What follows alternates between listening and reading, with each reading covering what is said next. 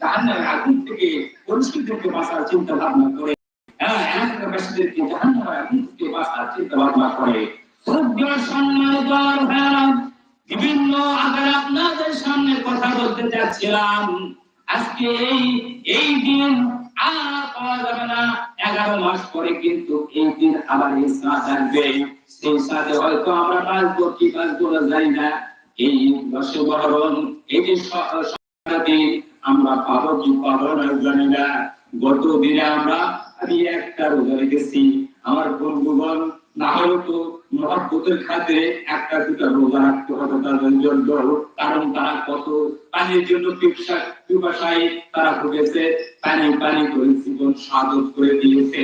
পানি এক ফোঁটা পাই নাই, জুতার পানি খেয়েছে, তারা নাকি খেয়েছে, গুড়ি খেয়েছি না হোসাই মহাবতের ঝান্ডা তোলার জন্য, ঝান্ডাকে বাস্তবায়ন করার জন্য হযরতে বেলাল কত কষ্ট পেয়েছে। তাদের দিকে লক্ষ্য করে যদি আমরা একটু নফল রোজা রাখি, নফল রোজা করি, আমরা যদি একটু কোরআন পড়ে বসে দেই, আল্লাহ আমাদের আত্মীয় স্বজন থেকে শুরু করে আল্লাহ তাদের আরো পাকের সওয়াবগুলো পৌঁছাবো। আল্লাহ ইচ্ছা করে আমাদের প্রতি মহব্বতের খাতিরে নজর দিয়ে দিবেন। আল্লাহ বলবে বান্দা রে তোমাকে আমি কষ্ট করতে রেখেছি রে বান্দা, তারপর কিন্তু আমার বিধান তুমি ভুলো নাই, আমার মহাবস্তুকে ভুলো নাই, তার নাতিদেরকে তুমি ভুলো নাই, এবং তাই নয় বেলাল রাদিয়াল্লাহু তাআলাকে তুমি ভুলো নাই, তাদের ইতিহাসকে তুমি ভুলো নাই, ওলি আল্লাহর শানদেরকে তুমি ভুলো নাই। আল্লাহ বলেছেন আল্লাহুম্মা আল্লাহ বলেন বান্দা যখন তুমি আমার হয়ে যাও আর তোমার কোনো চিন্তা নাই, আমি আল্লাহ রাব্বুল আলামিন তোমার হয়ে বলেন সুবহানাল্লাহ। আল্লাহুম্মা বান্দা তুমি যখন আমার হয়ে যাও তখন আমি আল্লাহ তোমার হয়ে ঠিক ভাইরা আমার বন্ধুরা আমার, ও যুবক ভাইরা রে, ও ভোলে গতি যুবক ভাইরা, ও যুবক ভাইরা, একটু কথাগুলো ভালোভাবে শুনেন। আসেন রফিকুল ইসলাম আজাদি ভাই আসছে, আসেন একটু কথাগুলো শুনেন। বাইরে সামনে একটু বসেন, কারণ আমাদেরকে অন্ধকার কবর চলে যেতে হবে। ওই কবর আমাদেরকে রাত 24 ঘন্টায় ডাকতেছে। ভাইরা আমার বন্ধুরা আমার, ওই কবরের চিন্তা আমাদেরকে বেশি বেশি করে করতে হবে। আল্লাহ পাক বলেন বান্দা তোমরা ঈমানদার হইবা, পৃথিবীতে তোমরা বেশি বেশি করে কবরের চিন্তা করো। রাত 24 ঘন্টার মধ্যে যারা 12টি ঘন্টা সর্বআলোতে কবরের সাধনা করে চিন্তা করে, আল্লাহ রাব্বুল আলামিন মৃত্যুর পরে ওই বান্দা বান্দির কবর আযাব গুলো ihsan করে দেয়। বলেন সুবহানাল্লাহ।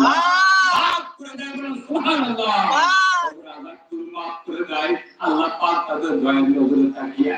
আল্লাহ বলেন বান্দা রে তুমি তোমার কিছু করার চাই, পৃথিবীতে যাই শুধু 12টি ঘন্টায় 24টি ঘন্টার মধ্যে 12টি ঘন্টায় কবরের চিন্তা করেছো আর কাটিয়েছো চোখের বাড়ি বানাইছো। ও বান্দা তোমার তওবা কবুল করেছি, আমি তোমাকে মাফ করে দিয়েছি। তুমি মৃত্যুর পরে বান্দা কবরটাই তোমার জান্নাতুল ফেরদাউস। সুবহানাল্লাহ। আমার ভাইরা এই জন্য আজকে ভবনে গতি শাহসুফি মোহাম্মদ জালালউদ্দিন ভাই আমার ভাই অনেক ভালো, উনার যে পরিবারটা ভালো দেখতেছি আশার করে সম্মান করলো। আমার ভাইরা রে আলেমদের সম্মান যারা করে আল্লাহ পাক খুশি হয়ে আল্লাহ পাক রহমান হলো এখন বর্তমান আলেম উলামা এবং আল্লাহ বুজুর্গের দিন এবং দিন তাদের সম্মান যারা করে আল্লাহ পাক বলেন ওই বান্দা বান্দির সম্মান আমি বড় পারে তাদেরকে মজা করে দিব। এই জন্য আসেন ভাইরা আমার বোনেরা, এই পৃথিবীর থাকার জায়গা নাই, আপনারা বেশি বেশি করে জিকির আজকার করবেন। এই দেখেন এই মাসটা আমাদের সামনে বছর আবার আসবে, কিন্তু আমরা থাকবো না, কিন্তু এইভাবে চলতে থাকবে 11 মাসের পর 12 মাস চলতে থাকবে, আমরা থাকবো না। আমি বলতে চাই এই যে পৃথিবীতে আমরা এসেছি চলে যেতে হবে।